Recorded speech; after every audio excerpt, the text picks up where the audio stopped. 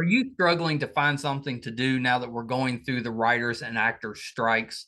Too Opinionated has you covered. 625 and counting episodes of the best actors, musicians, writers, and everybody involved in the entertainment universe. Go to MeisterCon Pod on YouTube and subscribe, and you'll never miss an episode. Thank you guys for your support. Until next time, bye, everybody. Hi, everybody. Welcome to another edition of Too Opinionated. I am so excited today. I've got actor and filmmaker Sam Lipman-Stern. So welcome, Sam. Thanks so much for having me. It's an honor and pleasure to be here with you today. Yeah, I'm pretty excited to talk to you. And we have to talk about, I used to run call centers. So I've done collections. No way. I've done telemarketing, all that. So yeah, I did that for, 25 years. Really? Oh, yeah. Okay. Wow. That's so wild. I stopped when the podcast started doing good. Yeah. Basically, same here. I was working in telemarketing for years as well. Yeah. Well, and I have said for decades that would be a hilarious show. So kudos that you actually followed through with it, because I think there's so much comedy there. Oh my God. I mean, the characters, you couldn't make up. I'm sure you saw it every day, but you just couldn't make up the characters in it. You couldn't write these better characters than what just existed in the call center environment. Well, it takes a special person to do telemarketing. It's not for everybody. It's not for most people. No, absolutely. But you end up with a lot of characters, is what you end up with, good and bad. Totally. I mean, funny though. Oh yeah. I mean, I started as a 14-year-old kid. I dropped out of high school in the 9th grade, and I couldn't. My parents were like, "All right, you want to leave school? Okay, but you have to get a job." Burger King wouldn't hire me. McDonald's wouldn't hire me. I was too young. And a buddy of mine told me about this telemarketing place that would hire me at 14, and that's how I got my start in working the phones. There's part of me that thinks 14 is probably a pretty good age for a telemarketer. Because at that age, a lot of times they don't have any fear. So they just put it out there. 1,000%. The funny thing was for me was that I was doing, I was raising money for, police organizations and other charities over the phone. Mm-hmm. So I was, basically taught to sound like a cop at 14 and raise donations. So, that was like the training. So I was this little skinny little kid, and I had I was taught like, "Hey, how's it going? Sam Lipman-Stern calling for the Police Organization of America. Good afternoon." So the person thought that they were donating money to a police officer. So that's kind of the love that. Yeah, I love that, because why not? You might as well act, like what you're trying to raise the money for. Why not? And it was kind of fun. Yeah. It was fun.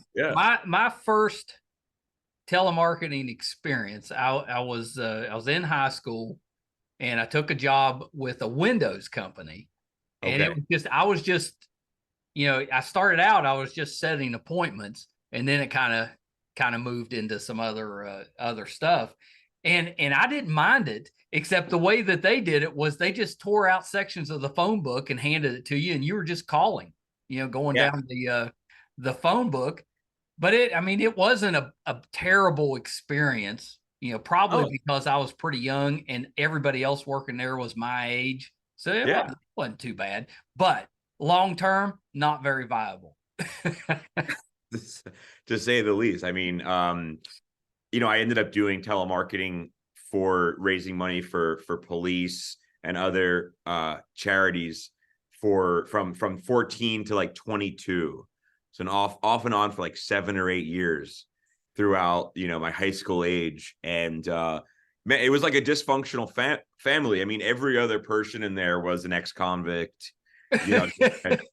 You had, drug dealers, like maybe there's a murderer sitting next to you. There was literally every type of person there. And for me, I was just, this kid, and people accepted me for who I was. And, but it was fascinating. Yeah. I always found that you can hire anybody and kind of give them that new start or second chance, whatever it is. And a lot of times those are your best workers because Yeah, they know they're getting a second shot. They got to make right on it. And a lot of times I didn't mind hiring those people at all because they turned out so good so often. totally. Absolutely. The only maybe dark side to it, at least in the case of the company that I worked for, was that they kind of like, hey, oh, you're not going to hit your numbers. Well, you're going back to jail. Like we're going to Oh my parole God. officer. And they were maybe selling heroin in the office, and Okay. wasn't That's not good. they went a little to the extreme side of it. My buddy said it was a heroin addict's dream working there, and he was a heroin addict. So Yeah. luckily, I never. I've had those experiences as well. I won't mention the call center, Sure, but sure. we had an issue with supervisors basically running a drug ring, on the sales floor with that. And it was a nightmare trying to clean that up. Yes. So it was basically, it was similar situation here. Yeah, I know. And we'll talk some more about it, but let me back us up a little bit. Yeah. Tell me a little bit about what got you into the entertainment side. Since you started out as a telemarketer, what made you get into the entertainment business? So I grew up in central New Jersey, like near Yeah. Rutgers University area. And I grew up, my first passion was graffiti art. So Okay. Yeah. I was obsessed with graffiti, painting graffiti. I loved graffiti. And I started just filming with an old camcorder, my friends and I, like painting, graffiti art in New Jersey. One friend of mine was a rapper, and he asked me, hey, all right, you've been filming us painting graffiti. Can you film me doing a rap video? And so I filmed the rap video for him on you remember the old like handy cam Oh yeah. camcorders from the late 90s? I Yeah. think I've still got one. Oh yeah, man, I collect them, and whenever I see one in a thrift store, I buy them. I probably have like 20 of them. I don't know, I can't get enough of them. They're so great. So that's how I started doing music videos, but this was all while I was working at this telemarketing company. Yeah. So I was telling one of the callers in the office about that I was interested in film, and he was an older caller, and he kind of encouraged me to start bringing in my camera and filming inside the call center. So that's how this telemarketing series started, was just filming inside the call center. But I kind of went my own. This was always a passion project for me that I've been documenting over the years, but I went my own path towards documentary, and I worked at Vice for a while in the early days. And then Rolling Stone magazine and Complex, and I've just always been fascinated by documentary. And then this telemarketing series, this passion project, kind of came back around, and pitched it to HBO, and it's coming out August 13th. So I know it's full circle, man. It's really exciting, and we're looking for stuff to watch. I mean, there's a lot going on right now, so we're looking for stuff to watch. Yeah, absolutely. Yeah. I know one thing that I always remember from working at that telemarketing job was, at that time, it was before cell phones. So you end up calling a lot of older people that were isolated at home, and they get you on the phone and they wouldn't want to get off. They were just happy to have somebody to talk to. They didn't care what you were selling. They just wanted to talk. I don't really smoke pot much anymore, but back in the day, I used to be a bit of a stoner, and I remember smoking a joint. I was like probably 15 years old, and I was really stoned, and talking to this lady, and she was telling me, an old woman telling me all of her problems on the phone, and I felt so bad for her that I think she kept me on for like 2 hours, and I was just like trying to cheer her up. And I just remember that, being stoned, and that connection with this old woman. And yeah, you really, I mean, you're like, people tend to hate on telemarketers, but we would be maybe the only person that would call these people ever. Like, a lot of these people were really lonely, and gave them some kind of purpose and someone to talk to. We were like therapists in a way, maybe. That's right.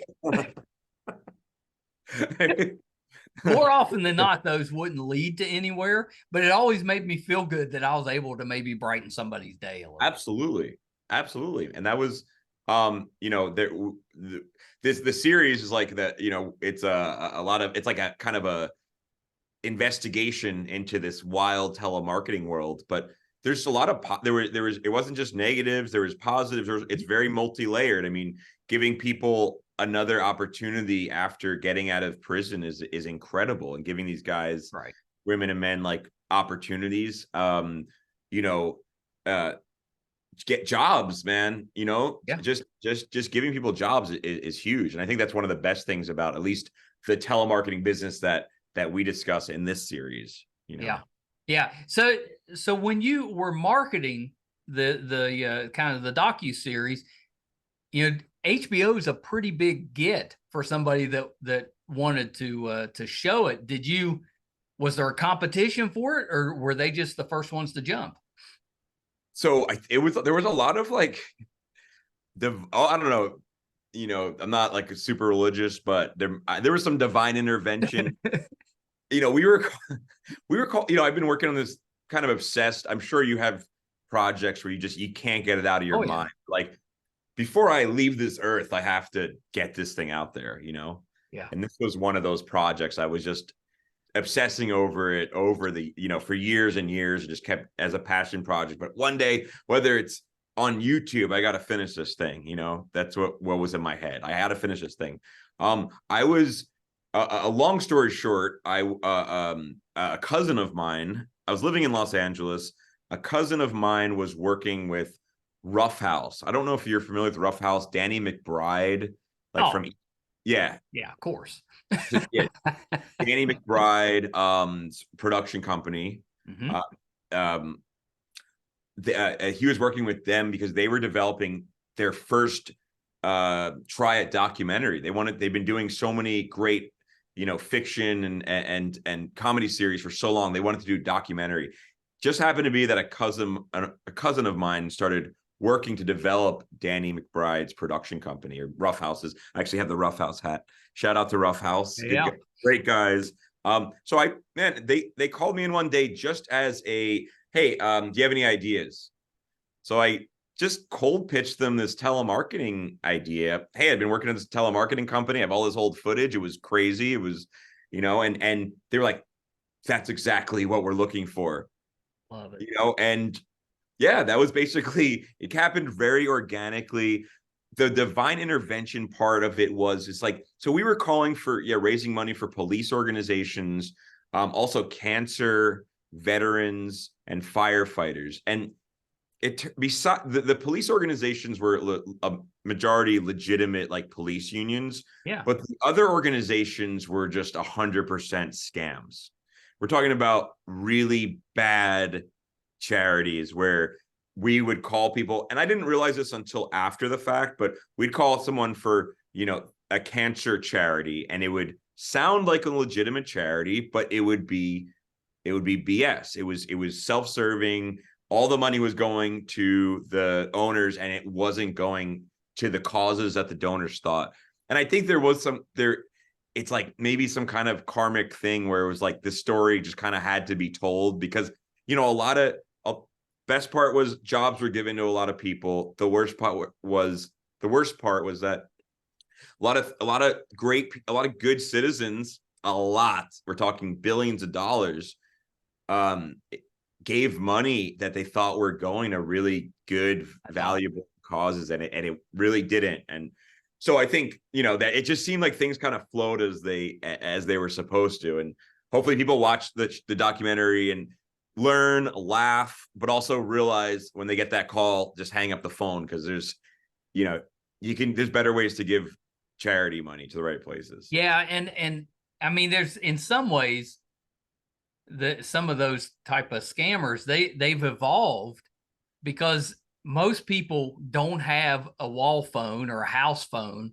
anymore, so you don't have that call. So you're calling, you know, a cell phone, and a lot of the cell phone, it'll identify it as a telemarketer, or it'll be, you know, a fake city in the state you live in, something like that. So you just ignore it.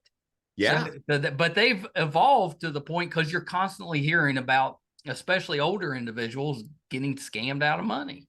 Oh, yeah, absolutely. I mean, yeah, I get the calls all the time, and we kind of explore we really show the full evolution of this Yeah. interesting phenomenon, and it's where it's gotten in this day and age in 2023 is crazier, and more evolved and bigger than it's ever been. It hasn't stopped, Yeah. and it's pretty wild how it evolves over, through time. Yeah. Yeah, for sure. So during the documentary, are you interviewing actual telemarketers? Yeah, so basically it's a 3-part series, Yeah. and it's really the stories told through the telemarketers in a way. And those are kind of, I feel like our heroes in the show is the guys like that you remember, the guys and girls on the phone, the characters that were just good people. Look, they're good people like myself, just trying to do a minimum wage job. They think it's actually going to charity. We're just on the people on the phone. We didn't know what was happening. But so we did a lot of interviews with telemarketers, which was hard to find. You can imagine finding some of these characters to do a sit-down interview was not Right. easy. But oh my God, was it worth it? It was like just so many interesting folk. And then there's a lot of footage that was filmed inside the call center I love that. from from back in the day with that old look on the handy cam. So really, yeah, the story's really told through the voices of the callers. That's who really creates this narrative in the doc. Yeah, I love the angle that you're not you're not putting them in a light to make them look a certain way. You're just putting them on there and kind of letting their story unfold, because that's the truth. Most of the time, it's not the workers. They just think they're working. They Yeah, don't know if it's a legit company or not, but they are assuming that it's legit. yeah, Yeah, absolutely. I always thought that I always thought that it was legit until the company ended up getting shut down, which is a whole other yeah, story. But no, I always thought, okay, we're raising money for, the families of police officers killed in the line of duty and cancer. And I thought, so you'd have, even though it was a minimum wage job, you had some pride in it. that's right. And we You're started helping. digging, but then we started digging into, and the rabbit hole went deeper than we thought. Yeah, yeah. Oh, yeah. I'm excited kind of to see that, because I've been in the middle of some of that. I've seen some of it firsthand, but I definitely want to see it because I know you've uncovered some, I'll say, doozies. It's wild, and no, I can't wait for you to watch it. It'll be out, it's 3 episodes. First episode airs August 13th, and then every Sunday one episode will air both on HBO and Max, and then all episodes 27th of August you'll be able to stream all of them. That's um awesome. yeah, thank you so much, man. It's something. One of the blessings was working with the Safdie brothers, Yeah, Alara, Josh and Benny Safdie on this, and as well as Roughhouse, with Brandon James and David Gordon Green and Danny McBride and Jody Hill, all these great folks, because they're especially Roughhouse. It's they love comedy, and I never wanted to make something that was just talking heads right. discussing something boring. If you're not laughing when you watch this, it's not the film, not the series we wanted to make, because there's a lot of comedy. There's also a lot of characters, a lot of emotion in it, and it's an investigation. But there's some very funny elements to it, and that's you working in the call center environment. I'm sure there's so much hilarious, so much Oh, yeah. Is every day there was something. so yeah, like one person described it, one caller, it was a big ass cookout every single day. Like that was so, Was there, when you were recording the documentary, was there anything that caught you by surprise?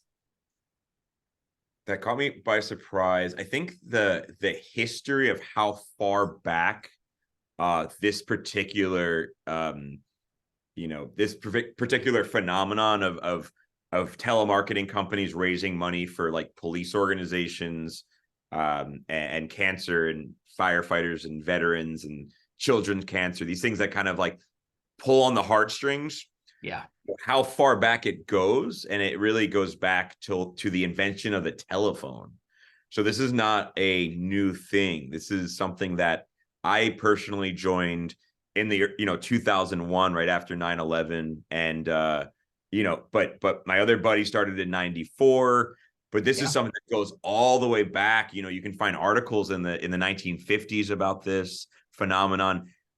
The government might try to take one place down and then another one pops up. So the history of it, the extensive history, and how it's really like an American story was pretty surprising to me. I didn't realize how far back this thing went. Yeah, I had no idea that it would go back to the 50s. I mean, it makes sense. There was phones back then. Yeah. So I'm sure somebody was trying to sell something. You couldn't always go door to door. Yeah. Yeah. Yeah. Have you ever thought about stepping in front of the camera? So I've always been behind the camera. I'm music video director. I worked my way up at Vice and in 2011 from a production assistant to a director. Yeah, that's impressive. In the early Vice days. Thank you. But just been so I've really been behind the camera. This is the first time where I've actually really been in front of the camera. Yeah. So the story is, and it kind of evolved as we started doing the editing, but I'm basically narrating the story, and it's told through it really follows my buddy Patrick J. Pespis, good friend of mine. And he was, I met him when he was in his mid-30s, and he was an addict working in the phones. Yeah. And really charismatic, big, great heart, good guy. But he, struggling with addiction. And I was, a teenage graffiti writer, and the two of us started filming together and then started investigating. And so this is my first time really stepping from behind the camera as a director, as a producer, and it follows me from 14. So there's footage from 14 to I'm 36 now. So it's a really a long journey. That'll be fun to see. Yeah, I mean, besides the lack of my hair, yeah, I know all about that. The slow retreat of my hairline. Besides that, very fun. No, it happened. No, yeah, I'm the same way. If you go back far enough, I had some pretty great hair at one time. It just didn't last. You look great with the bald head, man. I mean, I appreciate that. Yeah. You gotta, like, once it starts receding, you gotta just commit. Just get rid of it. So much easier. Yes, I fully have committed, and there's not, shout out to all our bald friends out there in the world. You just have to have a hat handy in case you're outside. Yeah, exactly. I have a friend that's worn a hat for 15 years, I think now, like Dale from King of the Hill. Well, now, see, then at that point, it's just a part of his identity. Yeah, exactly. Yeah, you'd look at him funny if he showed up without. Totally. Yes. Are you still working in the music industry? So yeah, I kind of like fell into the music industry when I started working at Vice. Like I started directing music documentaries, and then at Rolling Stone, I was directing music documentaries. It just kind of happened that way naturally. Right now, I've been working on a doc series. I've actually been back and forth. I've been in Colombia a whole bunch, in South America, working on a doc series about like reggaeton, the history of reggaeton.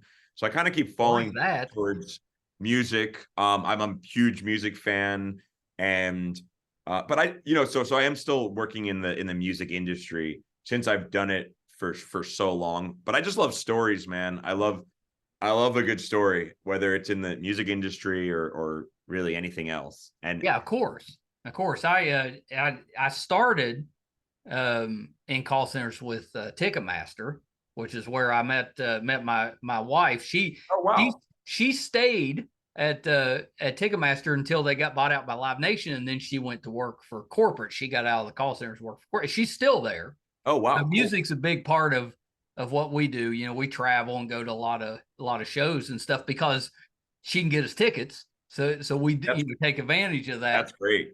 But I always remember when I first started Ticketmaster, which was near the end of the 90s, they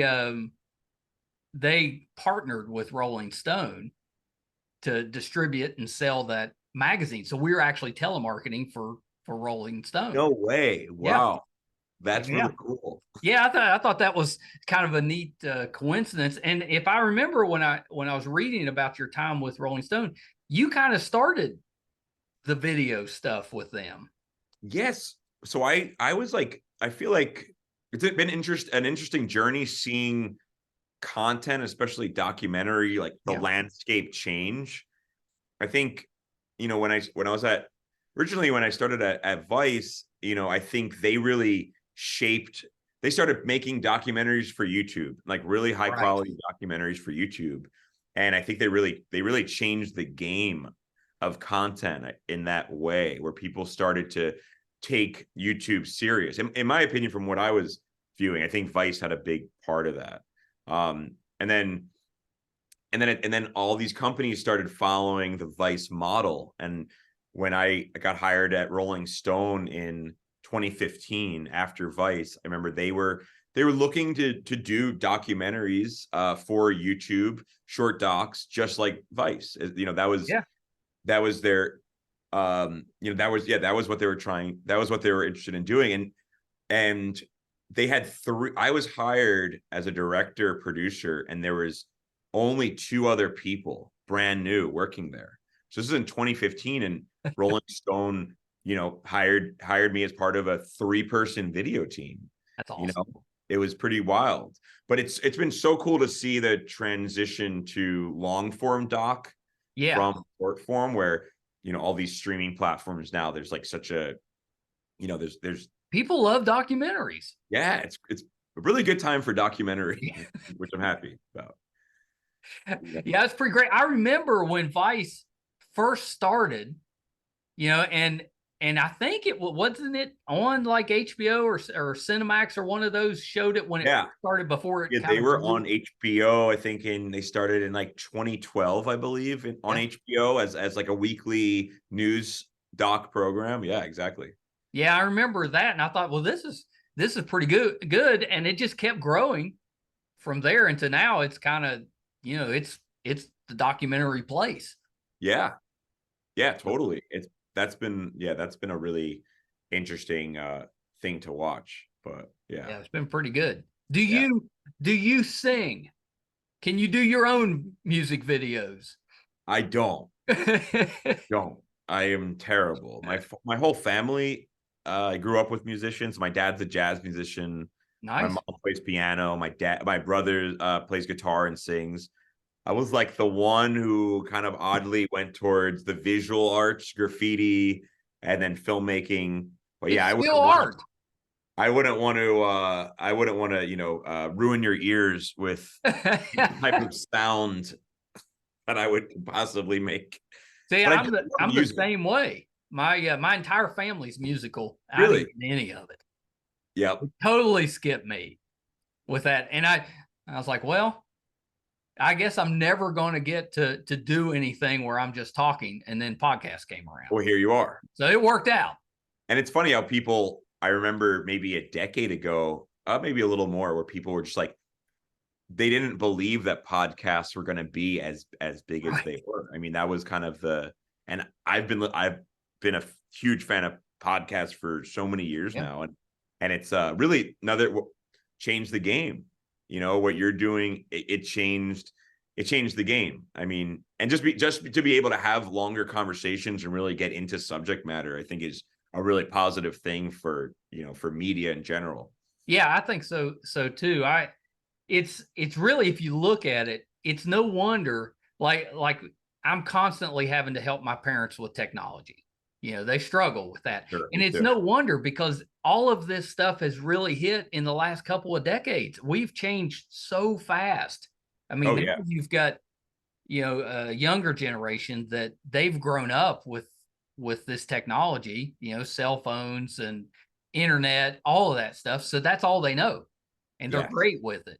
But those of us that were around before, it took us a little while to get the hang of it, and the older generation, they're probably still struggling to catch up with it. It changes so fast. absolutely. And then just to circle back to the documentary, like that's our original goal with the telemarketing series was let's get the no one's ever done a documentary about this subject. Let's get this information out to the world so that they don't get scammed and caught up. And a big target of that was elderly people, Right. older people, our grandmothers, our aunts, our uncles, our grandfathers, who get a call on the phone. They want to do something nice. They don't understand, and they're giving their credit card out to maybe someone who they shouldn't be. They're making these big donations, and so we want people to watch this and hey, show your parents this, show your grandparents this, like learn. Hopefully, people can learn not to get caught up in the scam from watching the documentary. Yeah, I think that's a very good thing to pass along. We can enjoy the documentary and we can kind of laugh at parts, but the important thing is it hopefully is going to teach some of us, how to handle those type of situations when they come up. Absolutely. Yeah, I love that. Have you considered, after the documentary airs, pivoting to like a comedy? Well, I think there's so much gold in this concept that I would love to. There's been murmurs of developing it into something. That's what I kind of always thought it would make such fictionalized. a good comedy TV show, because Yeah, there's so many stories you could just kind of pick and choose what you want to do, and then have actors kind of act that out. that would be. I mean, that would be a dream come true. It would be to and get some of those characters. Go to your Yeah, old call center buddies. Go to my old call center buddies. yeah. Get them all in the backgrounds. That would be. I mean, Well, yeah, that would be the way I think you should do if it. you got If you're all filming real. it, yeah, just bring in, your buddies that are still doing that type of work, and Yeah. come sit in the background. Yeah, exactly. Exactly. Yeah. Well, Sam, thank you so much. I can't wait to see this one. As soon as I saw it, I was like, we got to talk to Sam, because that's something that I've always thought needed to be done. So good for you for doing it. I really appreciate it. Thank you so much for having me on. And one last thing, it's just like what you said when you're like, I got my start working in telemarketing at call centers, and so many people, like, when talking about this project, and that I wouldn't even have expected, folks at HBO, folks at Yeah. different media companies on all levels said, hey, my first job was as a telemarketer, and so it's That'll really, tell you how many of those jobs are out there. There's a ton. yeah, it's an American story. A lot of us got our start working the phones. It's it's really cool. It's like, and so yeah, that's another part of the whole thing, and the the camaraderie amongst the callers, and just the fact that it's, yeah, I'm excited to see who comes out, what celebrities or musicians or podcasters or government officials that are like, I used to do that. Yeah, there's a ton. Yeah, it's just like you. I wasn't, here we are. Well, one of the things that I always enjoyed about call centers was you would have older individuals that have been doing it for years, and they've been there. It's a career basically Oh for yeah. them, and the reason they stayed in it not because of the money. The money's not usually great, but it's because of the interpersonal relationships they form with the people just in their row or in the call center as a whole. So they've just made it a career because it gives them that social outlet. Oh yeah. Oh, absolutely. There was, I mean, we used to say, we used to say this, one of in one of the interviews in the first episode, we ask a caller on the sales floor, what's the best thing about about working here. What's the best thing about the company? And the guy says, providing jobs to people that are unemployable. Oh, I And like it. that was the thing about that particular place. I'm not saying all, but that place, there was people there that could not get another job, whether it was criminal records or just wild, strange, odd human beings right out of a movie. And I'm a character myself, I'm a character myself. So Yeah, and there's nothing wrong with that. no. Because sometimes the characters, they're the best workers. They do the best job. They get the most sales or fundraising, whatever it is, because they're very personable. Totally. Yeah. Yeah, that's awesome. So anything else, Sam, that they're working on? What's coming next after this documentary? What are you working on next? Is it the stuff down in South America? Yeah, so I'm always like, I'm such a kind of wild idea guy, always like sowing a lot of seeds, and I never know which one's going to grow. Like I wasn't expecting that, that Telemarketers was going to be right. And this HBO series. But yeah, I'm working on a whole bunch of different projects. I'm curious to see where this one goes and what comes out of it. There's been talks of maybe a podcast coming out of it, maybe doing some kind of fictionalized version, scripted. But yeah, I am working on a bunch of different stuff, including this reggaeton project down in South America. I'm always working on all kinds of stuff, and I'm just looking for stories I love stories that are stranger than fiction, but are real. And so anything, you have any of those, let's go. That's what I'm just searching. I'm mining for those stories. So well, with the resume that includes Vice and Rolling Stone and now HBO, I think you're in pretty good shape to get some of these made. Thank you, man. Thank you. Yeah, no, congratulations, Sam. I'm so excited for you. I can't wait to see it. And I think what I'm going to do for it is I'm going to invite a bunch of my call center buddies over, and that would be fun. We'll watch it here in the studio, at least the first one. Feel free to give me a call. Okay. Yeah. Give me a call. Yeah, and I'll take some pictures for you. Yeah, give me a call while you're doing it on, Zoom or anything, and I'll say hi with any of the guys. And because I'm still some of the best friends I have. I made in call centers. Some of them go back 30 years, but we're still close. And I think you'll really appreciate that camaraderie that we show amongst the callers in this series. Can't wait. Sure. Yeah, I can't wait. So last thing, Sam, before we go, where can we find you on social media? And do you have a separate social media for the documentary? So you can find me at Sam_Lipman-Stern. That's on Instagram. Or my website is samlipmanstern.com. And the show will be on HBO on TV every Sunday and starting August 13th through August 27th. And then the same time we'll go right to Max. So you can watch it on HBO or you can watch it on Max 10 p.m. And yeah, we're going to hopefully it's going to be a trip, man. I'm excited for people to watch it. And I really, really appreciate you having me on the show. And I hope you enjoy the series. Yeah, as well. I know we will. You got to come back, Sam. Next time you get the project ready, just holler and we'll get you back on. That'd be great. Thank you so much. I'd be honored anytime I can help or anytime you'd like to have me on. I'd love to be on the show. It's a lot of fun chatting with you, and I'm sure we'll have more call center discussions. At another time. I want to hear the best stories you have. I'm sure you got them too. Well, yeah, same. We have to do it again, Sam. Okay, so hold on 1 second. Sam Lipman-Stern.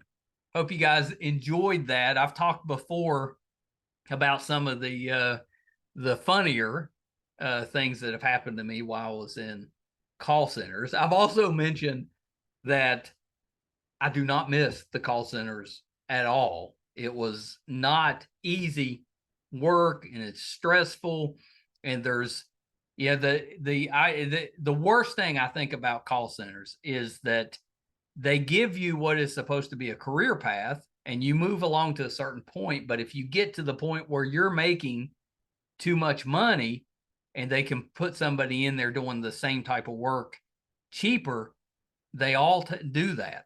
They switch people out. And I've always found that call centers don't value experience over money. And I think that's a disappointing thing. They're not all like that, just the ones that I've dealt with. And I've dealt with some pretty big call centers. So interested to see where this goes. But that being said, you'll meet some of the best people working at call centers. I'm still friendly with a ton of people that I work with, that work for me, that I worked for, still really close to. So interested to see the documentary. I think it's going to be terrific, and sounds like it's going about it the right way as far as the message. So you're going to get to see, there'll be some humor when you hear some of the stories, but it's going to get that message across, to make sure you don't get scammed if it's a illegitimate company. There's definitely some worthwhile charities and fundraisers out there that are legit for sure, but they're not all that way. So I like that they're giving, that message, or getting that message out there. Thank you guys so much. If you found us for the first time, thank you. We'd love to have your support. It's real easy to do. It's free. You can go to YouTube, MeisterCon Pod. Just hit that subscribe button if you prefer to watch. If you'd rather listen, wherever you listen to your podcast at, just subscribe there. That'll help us as well. You can find today we put out episode 625. You can find all of those audio and video on our website, meistercon.com. So please check us out there. Now, have to mention, because I'm so proud about it, IMDb, which is the entertainment database, named us one of its top 100 podcasts. We came in at number 82. There's 38,000 podcasts on IMDb, but there's 15 million podcasts out there. 38,000 is the only ones that had enough viewers to kind of make its presence on IMDb. We were one of those. They listed us in their top 100. Really proud of that. If you want to check out our IMDb page, go to imdb.com, look up To Opinionated, and just look around. It's free, but that traffic on the page definitely helps us out. Thank you guys so much. Until next time. Bye, everybody. Hi, everybody. I'm once again here to ask for your support. It's been a big year for the To Opinionated podcast. Back in February, we got to live out a dream, moderate for William Shatner here in our hometown. In May, we passed 100,000 downloads on our YouTube channel, and we followed that up in June with 50,000 downloads on the audio side. We recently posted our 600th episode, which is pretty good volume for just a father and son operation. Not too many podcasts can keep that volume up. We've been doing this now for 4.5 years, 600 plus episodes. We recently hit 1,000 subscribers on our YouTube channel, which is a really big deal for us because we've always gotten the views, but have struggled to get people to subscribe. So that 1,000 was a big deal for us. And best of all, we were recently named one of the top podcasts on IMDb, which is the entertainment database. Those that are ahead of us, we came in at number 82. Those that are ahead of us are bigger companies like Disney, mostly Marvel, and Joe Rogan, that type of podcast. So for us, being just a small West Virginia father and son podcast, to be in the top 100 out of 15 million, it's a pretty big deal for us. So thank you for everything you've done for us so far. Got a couple little ways, though, that you can help us, and they're free, and they're really easy. If you haven't checked out our YouTube channel yet, please go to YouTube. It's under MeisterCon Pod. Just hit subscribe. It's free. Doesn't cost you anything. Really helps us a ton. And maybe even more important, if you could go to IMDb, imdb.com, look up the To Opinionated podcast, and just look around the page. Just having that traffic on the page really helps us out. So that's a couple easy ways that you can support us, even if you're not listening or watching all of the time. And we want you to listen and watch, because I think that our guest list, I would put up against anybody, any other show, podcast, anybody out there. I think our guest list holds up. So please check us out. You probably will find somebody that you like, or maybe somebody that you didn't know you liked, but kind of discovered them on there. There's tons of that. If you're into music, we have that too. If you like books, we've got authors on there. If you're more into what goes on behind the scenes in the entertainment world, we've got producers, directors, video artists, anything you can think of that happens behind the scenes, we've had them on the show. So definitely check us out. Thank you guys so much. Until next time. Bye, everybody.